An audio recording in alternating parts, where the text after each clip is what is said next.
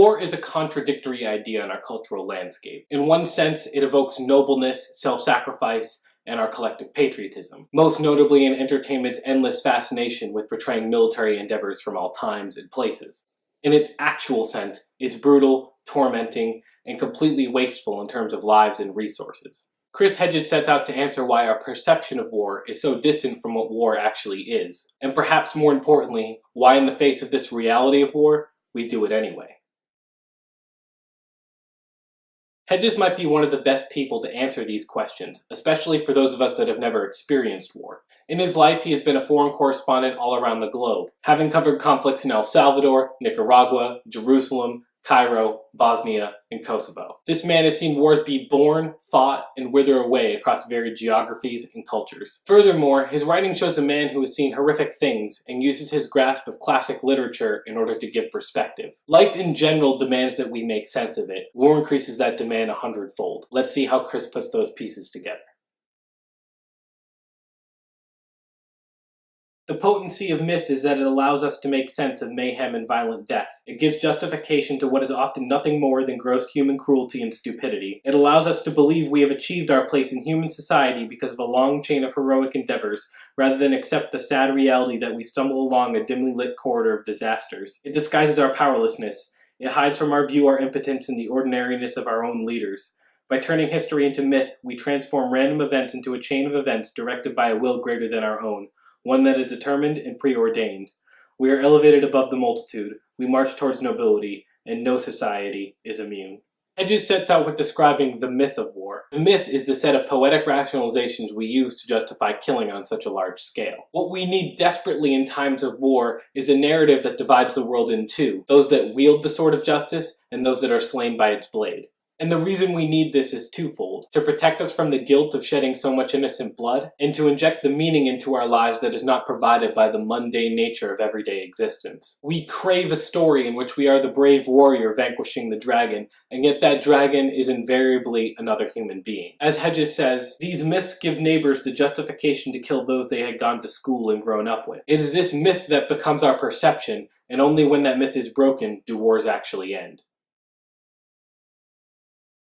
There probably can never be a full recovery of memory, but in order to escape the miasma of war there must be some partial rehabilitation, some recognition of the denial and perversion, some new way given to speak that lays bare the myth is fantasy and the cause is bankrupt.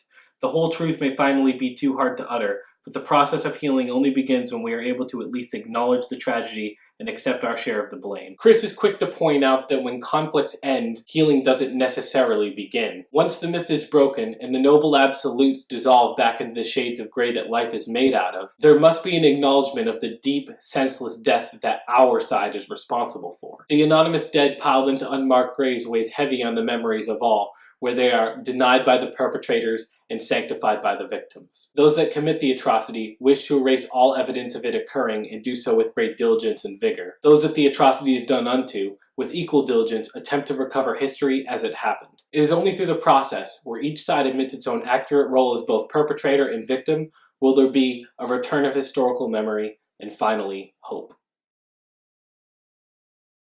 War Ascendant wipes out Eros. It wipes out all delicacy and tenderness, and this is why those in war swing from rank sentimentality to perversion, with little in between.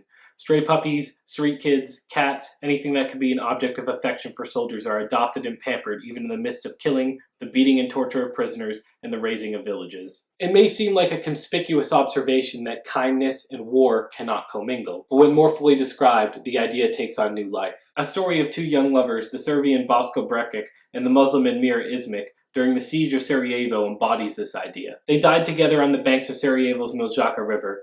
Bosko fell dead instantly. Admir was badly wounded. She crawled over and hugged him. She expired in his arms. Bosko lay face down on the pavement, his right arm bent awkwardly behind him. Admir lay next to him, her left arm across his back. The lesson is clear. Where there is war, love must hide or die. And yet, there is a difference between being less powerful and powerless. Another story shows the significance of kindness during such times. I sat one afternoon with the Bosnian Serb couple, Rosa and Drago Soric, outside of the Muslim enclave of Gorazda where they had once lived. They poured out the usual scorn on the Muslims, but then stopped at the end of the rant and told me that not all Muslims were bad. This, they said, it was their duty to admit. The Sorks then relate a story of how they lost both their sons in the Bosnian conflict, and the following harassment they received from Muslims in their community for being Serbian. Their daughter-in-law then gave birth in the middle of all of this, but was unable to nurse the child. As time wore on, the child approached the brink of death. And then came Fejik, a Muslim man, amidst sniper fire and risk of social ostracization for 442 days, delivered a half-liter of milk to the Sork family free of charge, for the express purpose of providing for this tiny life.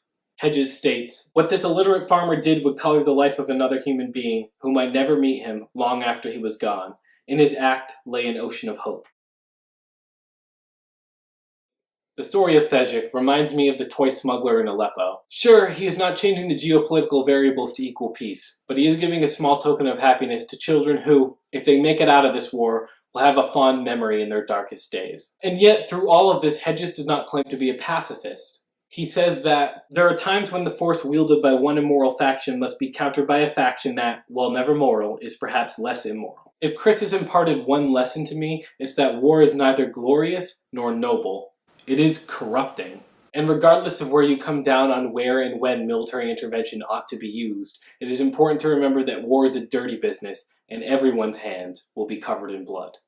I'll leave you with a quote from Howard Zinn's A People's History of the United States. "I wondered how the foreign policies of the United States would look if we wiped out the national boundaries of the world, at least in our minds, and thought of children everywhere as our own.